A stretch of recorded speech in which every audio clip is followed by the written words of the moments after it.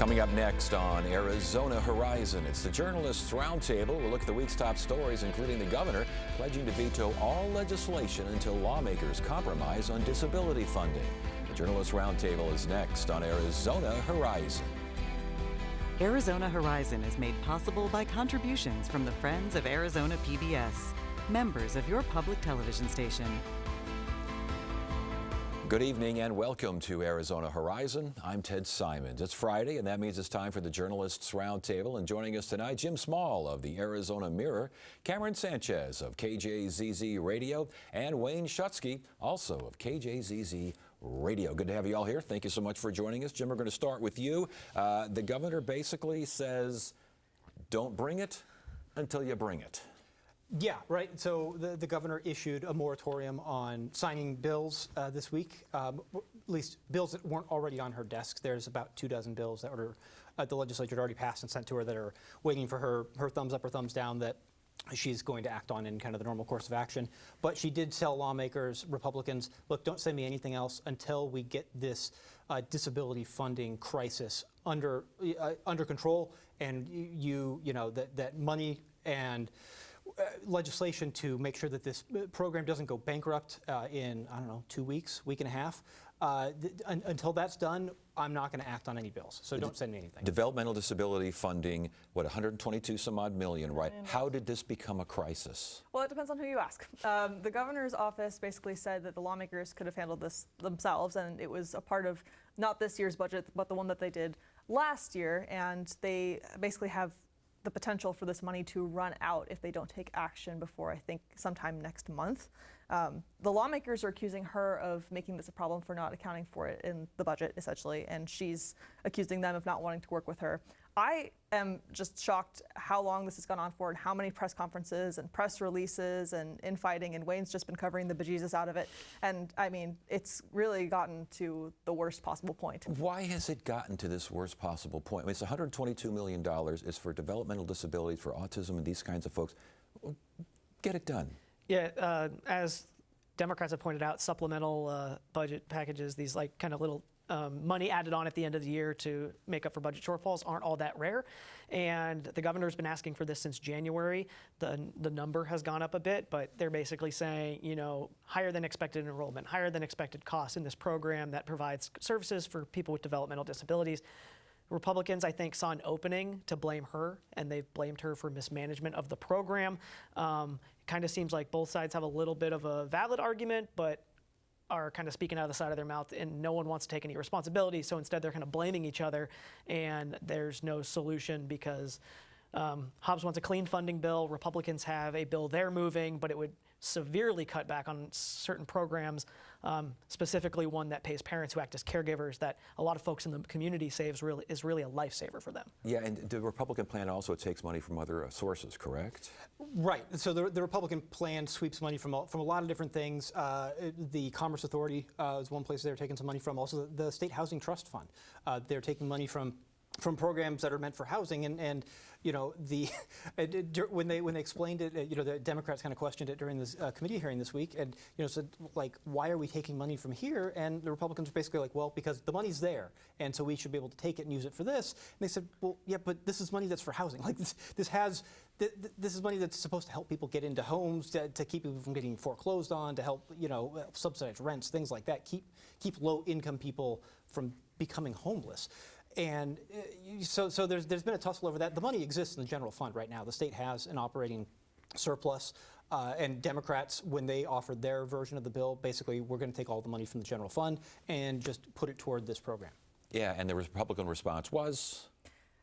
We can do what we want, and we're going to push through this plan that is GOP supported only and kill a different version that is bipartisan, which is what happened at a hearing much earlier in the week.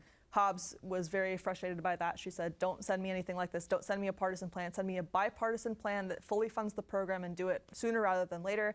And this is probably one of the most bold things that we've seen her do as governor, to actually say she's putting her foot down and willing to veto anything and everything that comes to her desk until they get it done. They're, of course, accusing her of having a temper tantrum, regardless of whose side you're on, I've probably heard that argument a lot from both sides of the aisle. In terms of the parents whose kids could be affected, I think they don't necessarily care who's to blame. They just want it to be done now.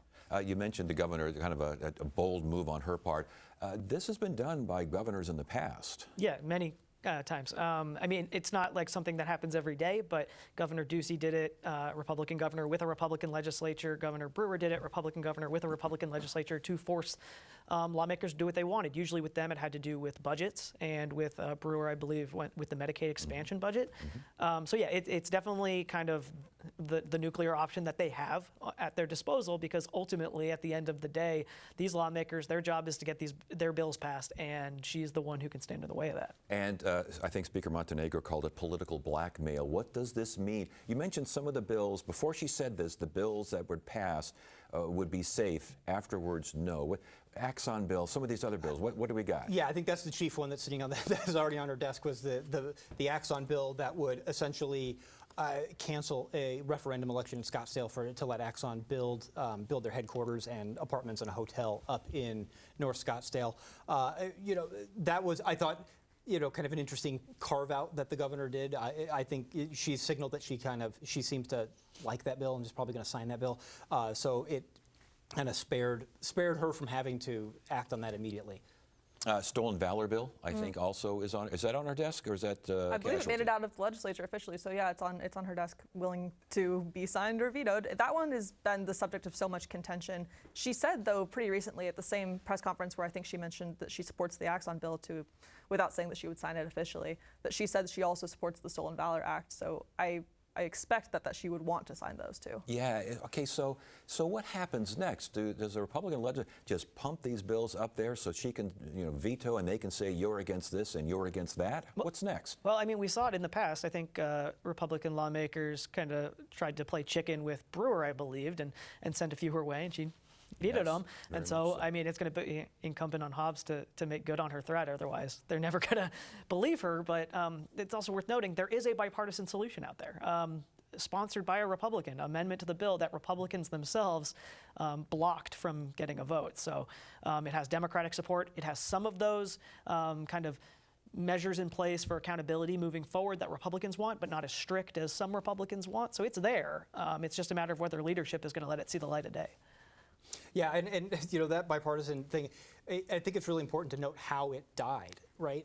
In the House Appropriations Committee, moments before they showed up to hear this bill, Republicans put 3 more people on the committee, specifically to stack the committee to make sure, A, that the version that they wanted got passed, and B, that they would kill this bill, because there were Republicans in the committee backing the amended version, and the Democrats all stood up in line for it. And one of the lawmakers in particular, you could see him, Walt Blackman from Snowflake, was a Republican. He was seething the meeting as you were watching it. You could see him, and he was visibly displeased with what was going on. And he made a speech at the end of the committee and talking about the bill, and basically said, I'm not going to vote for this bill. I'll vote for this bill right now on committee to get it out of here so we can amend it. But we really should look to that bipartisan amendment, and we need to do something different, because this affects people's lives in a way that is far beyond, kind of the politics of the Capitol. When the governor says, I think she said, the inaction of a few extreme GOP lawmakers, is that what Jim's referring to? Is that what she's referring to? I'm sure she would say that, yes. And there's 4 lawmakers who I think are the target of a lot of ire, especially from the governor's office, Democrats, and also some parents. There's even a recall effort now against those 4 who I'm thinking of, which is Matt Grass, Steve Montenegro, Michael Carbone, and David Livingston.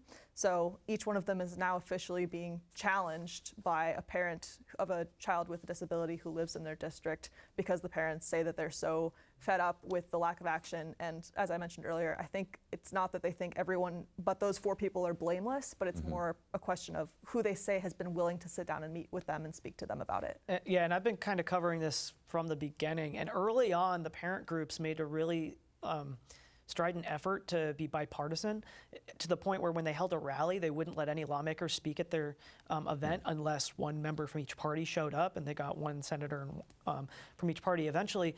But now they seem pretty firmly encamped with Democrats.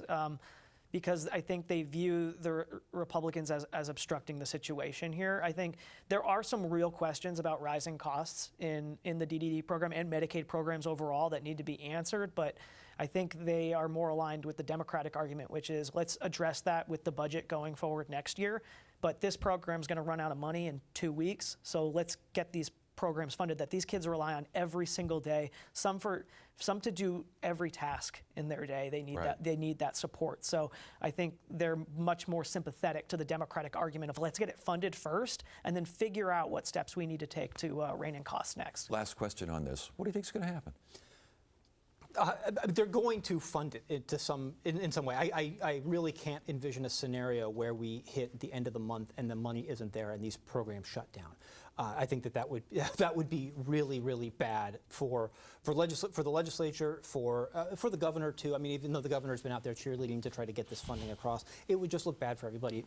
I don't think that's going to happen. I think that this call for the moratorium, I think, is just adding some more attention to it and adding some more kind of fuel to the fire to get these negotiations kind of going and into a high gear to figure out where to go. You know, I think it is important to note that even in that Appropriations Committee, with that bipartisan bill amendment that got killed, there were a lot of Republicans who talked about how they did like a number of portions of it and that they were willing to incorporate them into whatever the final version is. So I think that there is a path forward, at least in the House. I think it might be a little bit of a different situation in the Senate where the makeup is different and I think the views of this program are a little bit different. But there does seem to be at least a path forward to find some kind of an agreement. Let's move on here. Speaking of vetoes, the governor, Cameron, vetoed the idea of you can't buy soda pop with SNAP food stamps, these sorts of things. That's a veto right there. Yes, an interesting veto that happened before the big veto announcement. There's two sides to the story, right? So on the one hand, the bill that went to her desk says that, you know, using these benefits and programs, you wouldn't be able to buy things like soda, which are really not good for you, not healthy. And the argument for that is it's not good for families. We should make sure that people are getting nutrition with this program and that we're helping them and not letting people, you know, fuel like bad things. But when the governor vetoed it, she said, you know, I don't want to create like a different class of citizens and tell people when they're buying groceries what they are and are not allowed to buy, which is so interesting because it's one of those things where I'm like, if I closed my eyes and heard that, I would assume a Republican was saying it to me. Don't tell me what to eat. Don't tell me what to buy. If I want to like kill myself with bad food, I'm going to do it in my own home. But no, it's the Democratic governor saying it. It's the Republicans saying, come on, big government, tell these people what they can and can't buy at the grocery store. Yeah, underclass of shoppers, of grocery shoppers, and limiting their purchasing power, as Cameron mentioned. Yeah, this is something we've heard from Democrats all along as this bill has gone through, which is essentially like, all right, like, these people are relying on these food stamps, but let's not tell them like, oh, you can't enjoy a soda every once in a while just because you need this assistance to get your food.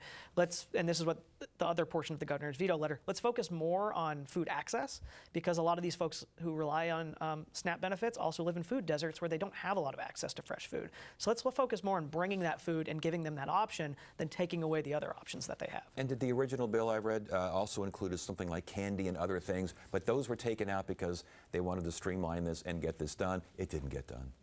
Yes, they wanted to streamline it and get it done, but there was also a big problem, which is the way that to define candy, essentially wrapped in things like granola bars, which, you know, are ostensibly certainly more healthy than, you know, than a Snickers bar would be, but are kind of maybe straddle that line between food that's got some nutritional value and food that is, you know, laden with a lot of sugars and processed foods. And so they pulled that out as a way to essentially not cast as wide of a net. Ultimately didn't make a difference. Speaking of ultra-processed foods, the governor did not veto that particular bill. I was hoping you would mention that. We're talking about the kids one? Yeah. Okay, so in the same breath, sort of, in the same week anyway, she signed a bill that says with school lunches, they can't give kids certain things like red dye 40 is one of them, but basically ingredients that are potentially harmful or usually in foods that are not very good for you, like flavorings and dyes for candies and things like that. And that one passed and it had support. And some of her critics are kind of saying that they're scratching their heads because they're conflating these two things and saying, well, why is she supporting one and not the other? I do think there's a bit of a difference there. I think it's maybe not quite fair to say that it's the exact same issue and her going two different ways on it. She had, you know, a different reason for that. I think with school lunches, the thing that amused me was the Democrats made a point of saying as they voted, thanks, Michelle Obama, for bringing this up 15 years ago, Michelle Obama. Not you Republicans who hated it, Michelle Obama. And the Republicans were like, stop talking about it. And I think the effort with this one, where you're not just telling people they can't eat a whole class of something, a lot of these ingredients are what is in processed foods. And as a millennial who grew up in the 90s, late 80s into the 90s, there was a shift at schools towards these kind of like big food conglomerates providing school food. And I remember the bagged burritos and French bread pizzas and all the things that beef dippers, I think, was something served at my Phoenix elementary school that were all, heated in the microwave and thrown at us, and we gobbled them up.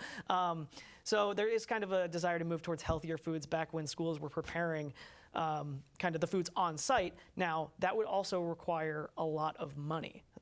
So this is one way of getting some of those ingredients out of there, but it's not providing the funding that if you truly want to bring healthier, nutritious food into schools, it's not providing the funding to do that. Well, interesting you mentioned the funding, Wayne, because just last month, the Trump administration canceled a whole billions of dollars in grants and in money that went to states for two things: for food banks, to help food banks buy local produce from local farmers, and for schools to do that. And Arizona, I think, lost like $21 million total. 13 or 14 million of that was for schools to be able to buy fresh produce, things that are grown locally, instead of having to turn to the big food conglomerates and have to buy ultra-processed foods, that they could go buy their vegetables, their beans, their breads and stuff like that from local purveyors. Yeah, and let's keep it on the veto train here, since that seems to be the theme of the program. The governor also vetoed how many water bills from Gail? Did I see 7? I think 7 is what I wrote, What's so hopefully that all that's true.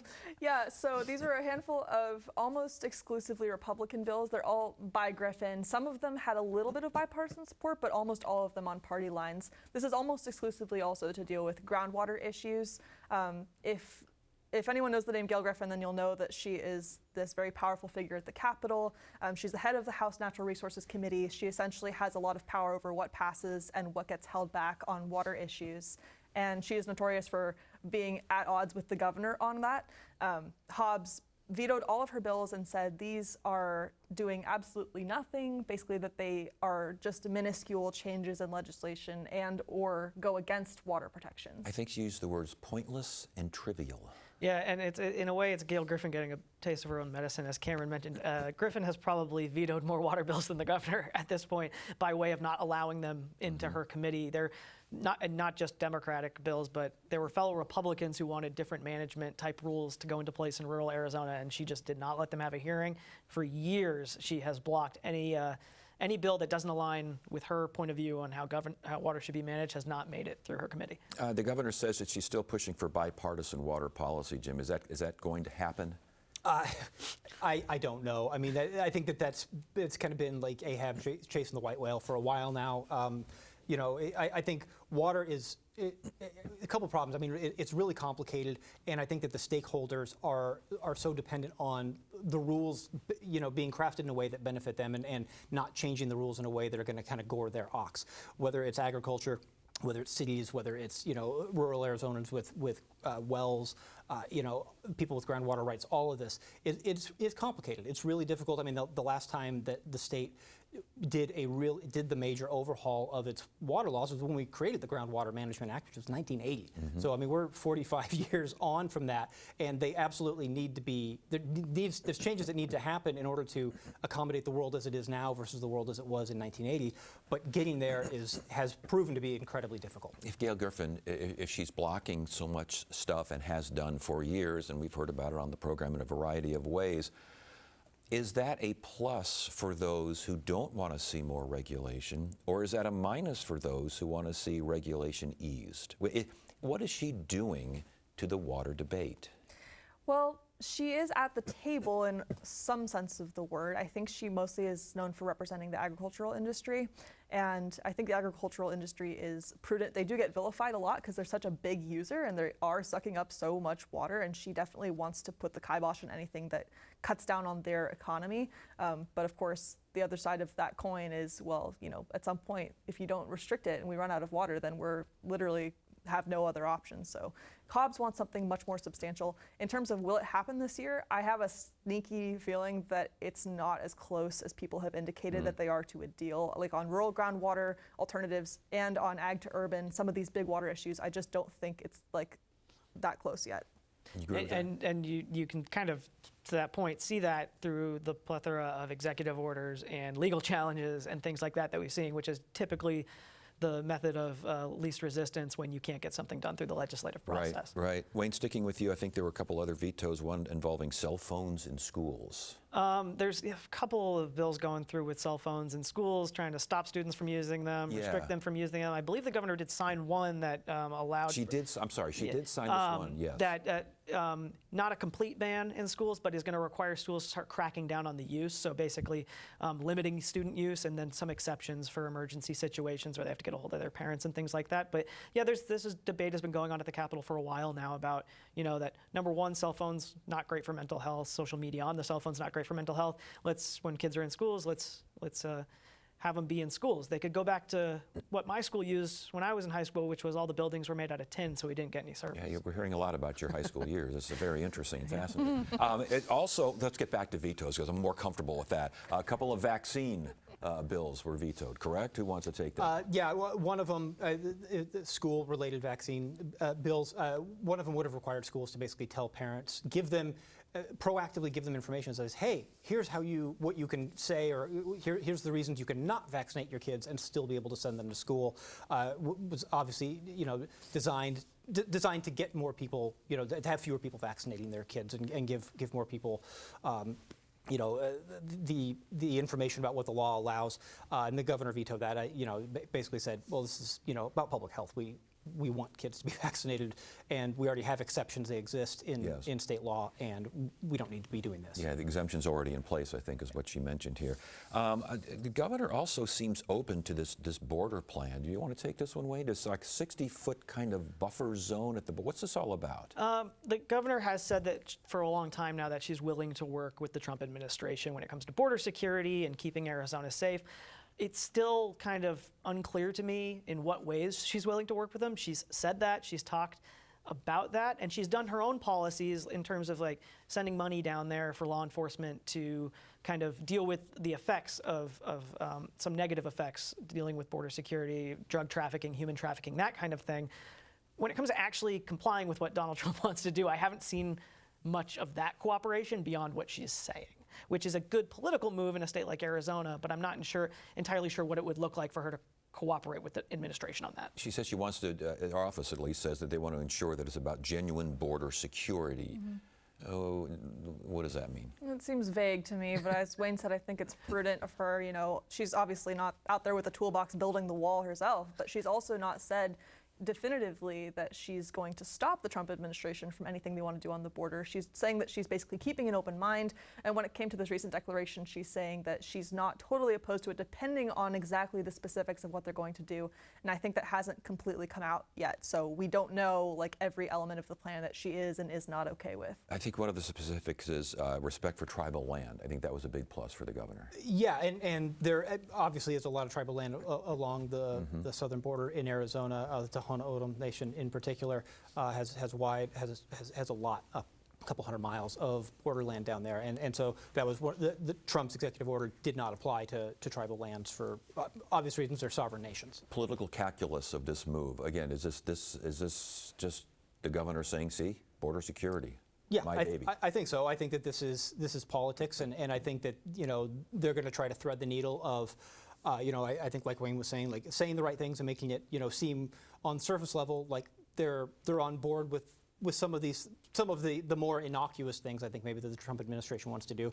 But when it actually comes down to, what she's going to do actively and I think that's where the rub might be, and that's where maybe some of the actions might not jibe 100% with what they're saying. Yeah, I mean, cooperate might just simply mean we're not going to sue to stop them, and conveniently, we have an attorney general in the Democratic Party here who seems more than willing to file those suits on the state's behalf. So. All right, Cameron, I will leave here with our last topic, and that is a Kari Lake update. Oh. Apparently, she's not running for office in Iowa. Or anywhere else, possibly. Possibly. Yeah, so there was some speculation about that because her initial gig at the Voice of America sort of didn't happen, and then she had the one with the overseeing agency. And of course, recently, I think we talked about the State Department. But there was always speculation ever since the Senate race about whether she would run again in Arizona or in Iowa, because that's where she is from. And I believe there was an opening because the Iowa governor is not going to run again. Well, Joni Ernst also, the idea was a primary Joni Ernst because she didn't completely and utterly agree with Donald Trump, and that apparently has flown away. Yeah. Kari Lake's spokesperson said it's not happening. She's not running for office right now in Iowa or Arizona. She is committed to helping Trump where she is. So we'll see what that means. And last point on this, Wayne, apparently I saw that Ron Hansen, Arizona Republic, had some campaign finance reports and was looking over these. She still owes a lot of money. Yeah, she's been gathering up a lot of debt, which, it's like, does she have to pay it back? When will she pay it back? Who knows? We still don't know whether they said she's not running right now. So that's not going to stop her from getting out there and running eventually and raising more money and paying off that debt. And also, as all political reporters know who subscribe to all these email lists, not running for office doesn't stop people from sending out fundraising emails for their campaign accounts. Yeah, which apparently they would need. And yay or nay, Jim, I got to get a yay or nay. Is there a political future in Arizona for Kari Lake? I don't think right now there is, but if she takes a cycle or two off and comes back, who knows? Okay, that's a kind of a yay and kind of a nay. We'll take that. Good to have you all here. Thanks for joining us. That's it for now. I'm Ted Simons. Thank you so much for joining us. You have a great weekend.